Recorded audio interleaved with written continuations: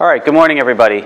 My name is Jasdeep Singh. I am co-founder and CEO of SingleTimeMicroneedles, and our goal is to change the gold standard of drug delivery. Currently, it's the syringe. It's been unchanged from glass to plastic, but really unchanged as a mode of delivery for over 150 years.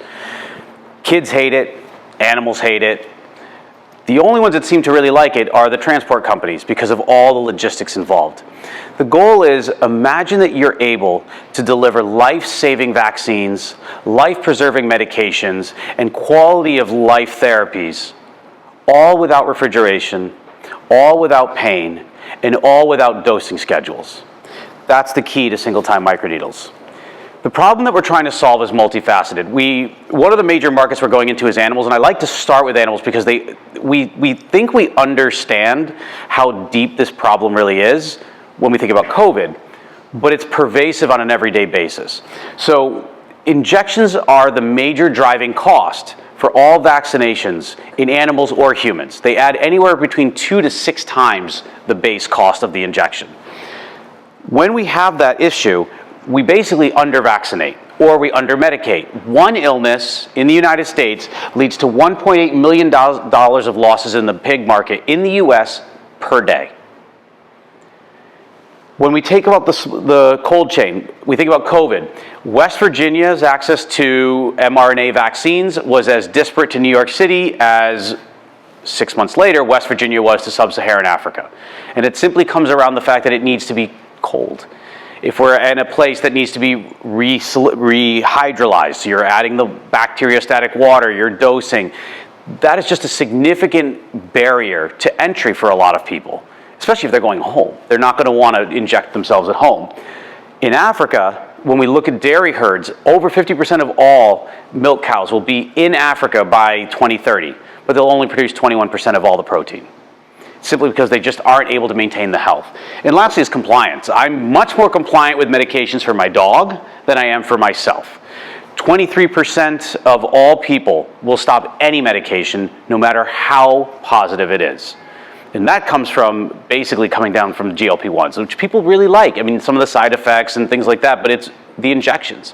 They simply will not continue on with them. And the oral dosings are even worse, because now you're mass dosing to get enough of material through first pass metabolism. With our animals, we live in Connecticut. Lyme disease is named after a town in our state, and yet we continue to undertreat our animals. We can only imagine what we're doing to ourselves. So what's the solution? The solution is our microneedle patches. These are not new technology, but the way that we are doing it makes them unique and novel. First is that we have multiple doses in a single patch. The second is that we're able to deliver larger quantities of drugs and vaccines than all of our competitors. So what we look at is a patch that has 3 parts. So it has a support structure, meaning that it actually has a specific depth into the skin, whether we're doing cows or a 6-month-old child. There's a solid drug matrix, which is polymer delivered with the drug, so that keeps it stable. So we've pushed mRNA all the way up to 100 degrees Celsius without degradation. And then we have the PLGA shell. So that determines when the dose will actually be delivered. So we can deliver it instantaneously, which is our first product, which is just instant release, single dose microneedles, or delay it as far as 12 to 18 months. So if you're getting your child's DTaP, you can get all of those doses, all 3 of those doses at one time, one patch. So if they're getting pneumococcal, they need 2. If they're in the EU, they need 2. If they're in the US, they need 3. I don't understand the difference, but they can get them all at once. Your child's not screaming, the parent's not screaming. And I don't know if you know anything about animals, but they don't like being stuck. A 1,000-pound animal does not like being hit with a 6-inch needle. So pain, while it can be minimized, is a major barrier to entry for a lot of markets. We are not just better, we are also more effective. So we actually decreased deaths as compared to injection-based vaccines by over 20%. We had 0 deaths in our rodent model. We also delivered the same bioequivalence as injections when we were delivering GLP-1 peptides. So we were able to match, so with one patch, over 4 weeks, 4 deliveries, they were equal in terms of biodelivery. But our savings stretch throughout the supply chain. So we actually are cheaper to manufacture than liquid medications because of just the sanitary conditions and a lot of the processing. We are also a lot cheaper to ship. 300% less density per package because we don't have liquids, we don't have colds, we don't have insulation. Our goal is that this has to survive 5 days in the back of a truck in Arizona. So we push 70, 80 degrees C with our patches. And last is that it's just patient improvement. It's easier for the people doing the work and it's easier for the people receiving it. It's easier for the people doing the work and it's easier for the animals receiving it. Needle sticks are a major issue in healthcare. Getting rid of biohazard waste is a major issue in healthcare. People taking peptides and insulin at home know this issue firsthand. We've assembled a team. This is part of our team. We've actually doubled our team in the last 5 days, so that should be updated. We are bringing in researchers that are not just drug delivery, but materials engineers, mechanical engineers, electrical engineers, because we have a huge piece. There is no ecosystem for microneedles. None. Meaning there's no one-stop, there's no applicator. There isn't even an applicator on the market that is in mass production. Forget about microneedles themselves. So who are our competitors? Vaxess, they just signed a $50 million development deal with Novo Nordisk to deliver GLP-1s. They've raised over $100 million in private funding plus $50 million in public grants, and they have sold zero. Micron Biomedical has raised over 100 to 200 million in public and private grants. They're focused on vaccines. They have consistently been the #1 winner of government grants. They have sold nothing. Vaxess in Australia has raised over 200 million in private funding. They have sold nothing. All the other patch manufacturers, we sold 4 patches in 2024. I don't know what 4 times 0 is mathematically, but that's 4 times what any other competitor has done. And the reason why is they went after vaccines. We are going after peptides. We are going after much higher margin, much greater marketability. And nobody has entered animals because no one does multi-dose. They can't get cheap enough to make sense in the market. So what's our unique advantage is that we start in animals and we are starting in humans. We're using a different market access to get around the FDA. Not a get around in terms of regulatory, but get around the pathway that I believe pharma actually supports. Because if it takes $200 million to develop a drug or a delivery, there's only one player that can play. And that's those are the big boys and girls on the block. They basically cut everybody else out. And so what we've done is we figured out there are other ways to market. Thinking like a product company rather than a biotech has allowed us to enter the market significantly faster. In essence, this year we're going from 0 to 100,000 patches per month. That's the goal. We've raised about 5.2 million. We're moving into manufacturing. We're getting the designs right now for the room. We have the machines in negotiations from China. We've already been to China to look at all of it. But the key piece is what we can do here. I'm actually going to move this to our milestones. What we really need to look at is how we can support this in Connecticut. Connecticut is a great place for larger businesses. It can be a tough place for smaller businesses. And so being able to balance that has been a really key piece. #1 is manufacturing. Medical device manufacturing is actually pretty high in Connecticut. There's a pretty decent amount. When we hired our quality control engineer, we were actually able to find a pretty decent pool. But what there isn't are the actual parts to manufacturing. CNC milling. We cannot find high precision CNC milling. So we need to create master molds that have to be plus or minus 5 micron in accuracy. We order them from China. Robot. We need a packaging robot. We've gotten quotes anywhere from 125,000 to 1.2 million. None of those, there's only one of those companies or 2 of those companies in Connecticut. So we're going elsewhere. Being able to look for manufacturing machinery. Couldn't find it in the US. Forget about Connecticut. And so one of the things that I'm hoping that's coming out in this question and answer is it's all well and good to spend money on AI and a lot of these other companies that the data center's somewhere else. The workers can be half here and half international. But when you do hard tech, that's hard work. We have software people and we have hardware people in our company, and the software people always complain that the hardware people are never working. Software people in 2 years can get almost a lifetime of experience because they can iterate 12, 15 times every year. Hardware people, in 2 years, if they iterate once, they're ahead of the curve. Why? Because they have to order parts. They try it, they modulate it, they fix it, and then they go, oh, we got to reorder, and then they're just sitting there. So we've got to figure out a way to narrow that gap. How do we get the state as a whole to support hard tech? There's a reason why hard tech is hard, and it's because it's a supply chain. Thank you.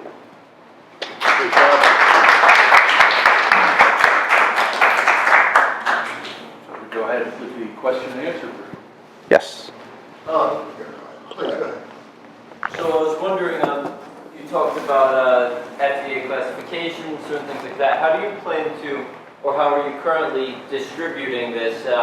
Is it being sold as a medicine? Is it relating to insurance coverage, CVS? How would this be distributed? So one of the big ways that we're going is compounding. Okay. So we're actually going to be considered a compounded drug.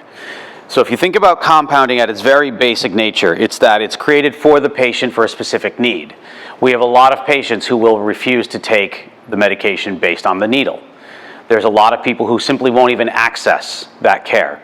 So we have now created, by definition, personalized medicine to fit a specific need.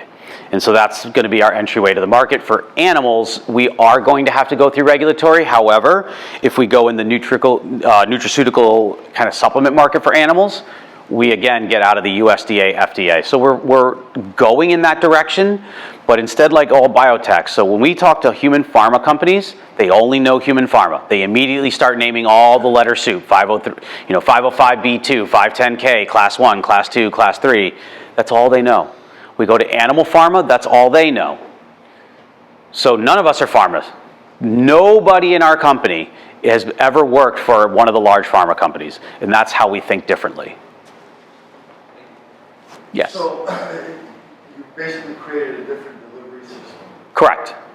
Right? Can somebody scratch it off like a child? So actually you apply the patch and then you remove it and it's done. Oh.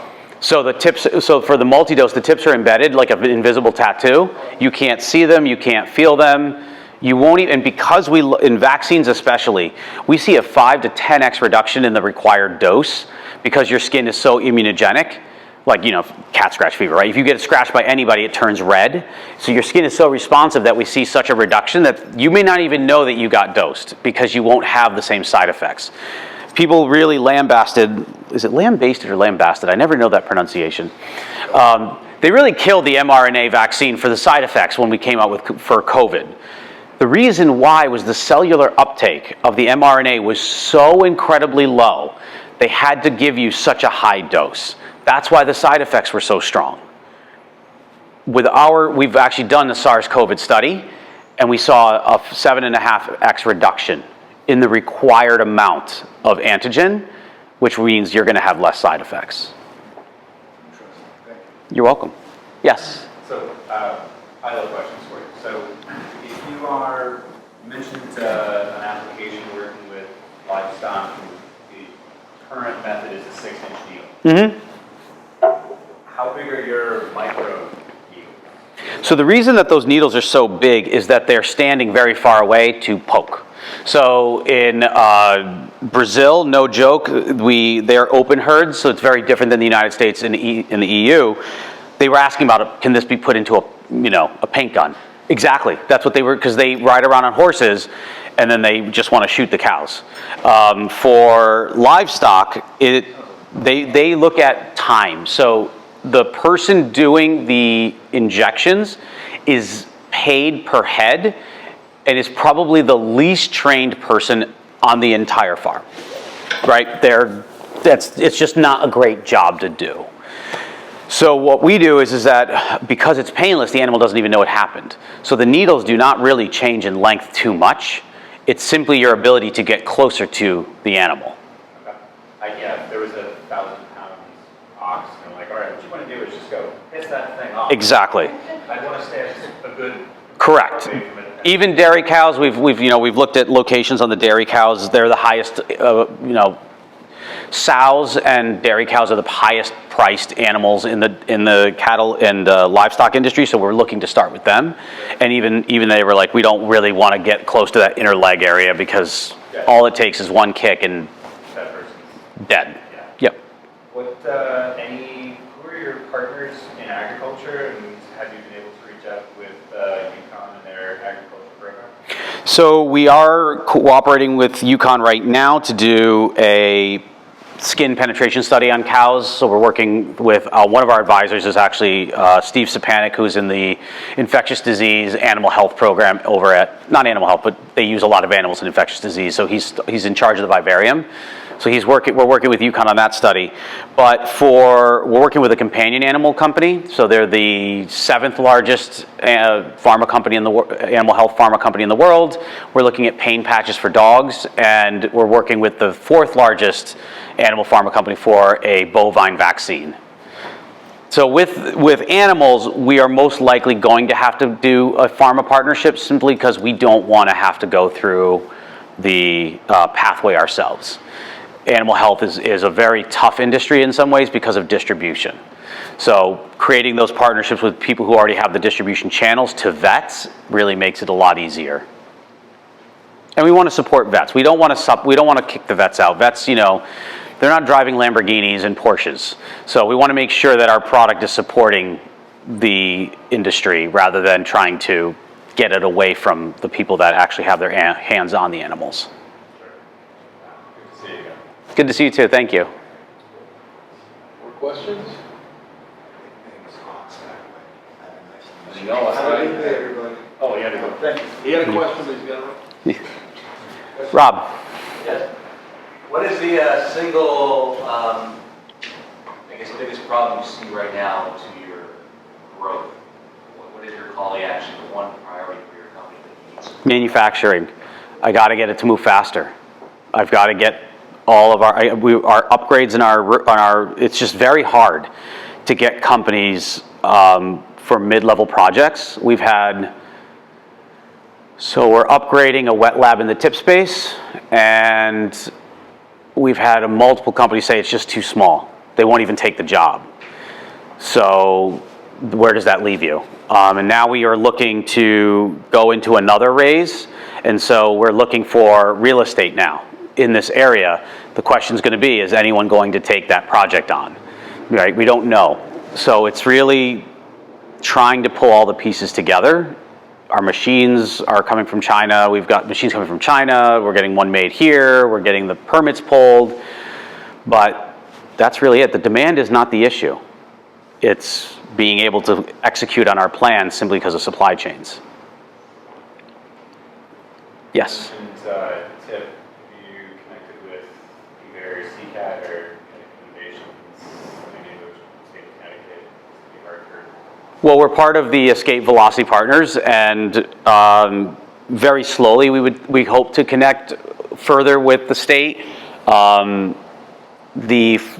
So we're about to undergo a pretty big organizational change in our company that should be public in another 45 days, which will radically change our structure in terms of monetary needs.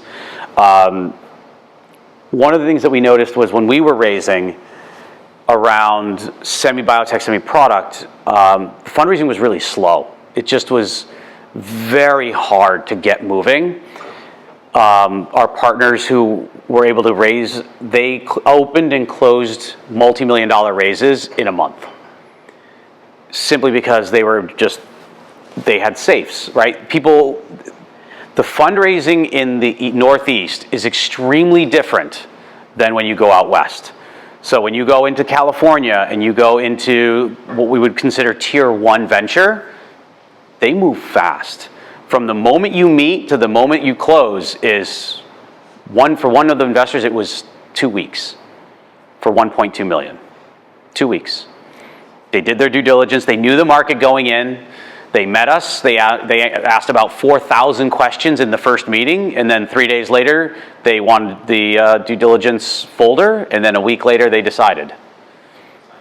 In the Northeast, we found, unfortunately, it could have been my selling, it could have been my pitching, it could have been the way we posited the company, but we went into due diligence, and we were there for months to raise small checks. So we've had to really look at how fundraising is changing and how to really beat it, because biotech is really getting battered right now. It's down 90% from its high. So we've had to really shift into a different market.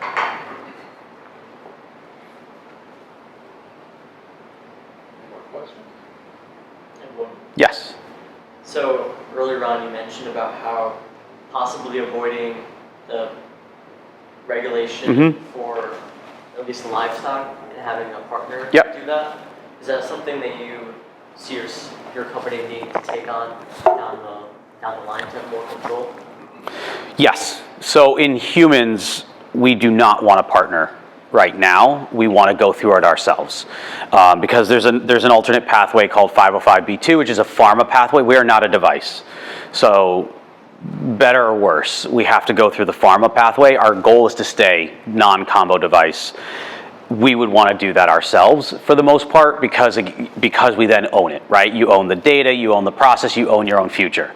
When you partner, you sort of give that up for certain benefits. So with vaccines, there really is no way to go at your own, just because you can't compound a vaccine.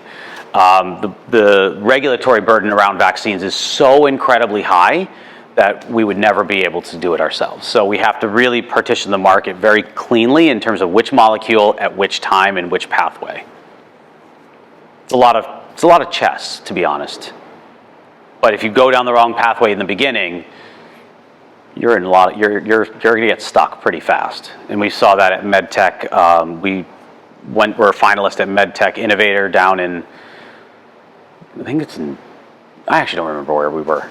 For MedTech Innovator, it's huge. It's one of the largest bio-based accelerator incubators in the country. And we heard the horror stories of people stuck in FDA. Solsana Pharma was the first public microneedle company, and they died in phase 3 clinical trials because they ran out of cash and then COVID hit. So it's a tough market if you're doing it yourself. That's why biotechs tend to go public after phase 2. They cash in, raise the money, go to phase 3, and then whatever happens, happens. But at least they've cashed in some chips, and we don't want to do that. Yeah, Mike. How far out is the cow paintball needle done? That's probably 3 to 5 years, simply because the company we're working with seems to be okay with taking their time, and so are we. By shifting into a human compounding nutraceutical market, we're allowing the more advanced technology of multi-dose to grow organically, rather than trying to force it where it isn't necessarily ready for development. The Sahara Desert of microneedles is commercialization.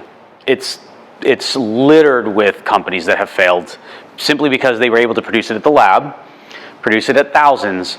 But think about a GLP-1, right? So if you take a GLP-1, you're taking 4 doses a month. You're taking 48 doses a year. So 48 doses, that's 48 patches. Now multiply by 10 million people. That's 480 million patches that you have to produce. When you start thinking at that scale, the numbers become so we're going to be producing 100,000. That's 12,500 patients. That's it. And so it's a little humbling in the pharmaceutical industry when you start realizing the scale that you have to hit. So when we think about cows, if we're not producing 10 million per month in the animal industry, we're not going to be making enough money. And there isn't a machine out there currently that exists that's even close. We've seen one in China that can do about 1 to 1.5 million. We've seen one in Germany that may be able to do about 3 million per month. That's 36 million. that's a tenth of what you would need. Jax? So you bring up manufacturing being the current constraint and your current focus and challenge. Yep. So with that, if there was, say, one person, one organization, one entity in and of itself, just one, that would unlock that next phase and kind of unblock this current challenge, who would that be?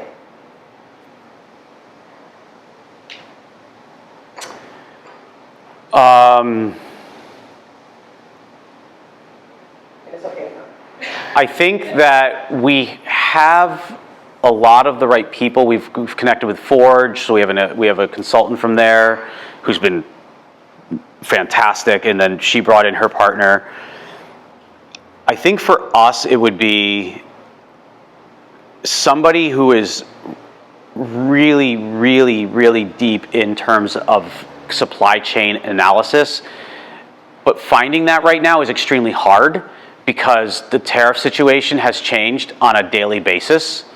When we started negotiations on the machine, the tariffs were about 1.5 times different than they are today, and who knows what they'll be tomorrow.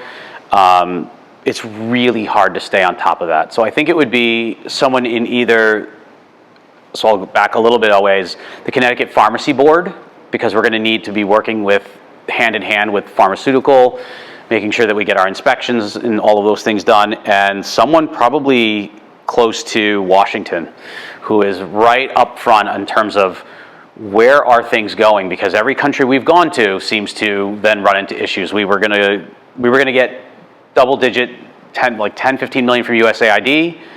That didn't work. Got killed 48 hours after the notification. We were supposed to get raised investment from Canada. Trade war started with Canada. All the investors backed out. We were going to go to Vietnam. They got 100% tariffs. We were going to go to India. They got 100% tariffs. So we're sort of trying to stay ahead of where we are. So someone who could help us understand that would be really useful. Because right now it's Claude and ChatGPT and the Financial Times. I try to read the three and say somewhere the truth must be. We're getting over time. Is there a final question? Danny? Just a final, observation. BCD just hosted a conversation yesterday about SBIR opening again. So there is no guarantee, but the conversation started again. That may be a really optimistic. We feel that phase one SBIRs are really difficult at our stage because they're only about 200,000 and it takes months to write and then 8 months to find out. We are right now working with the Gates Foundation, and the State Department has opened up their own feed. It used to be called Feed the World, or now it's Feed America, which is basically USAID through the State Department, and we're in contact with them. Those grants are upwards of 2 to 10 million. Because again, they focus on manufacturing. They're focused on scale, which is where we are. Thank you Thank very you. much, Jasdeep. Very thoughtful.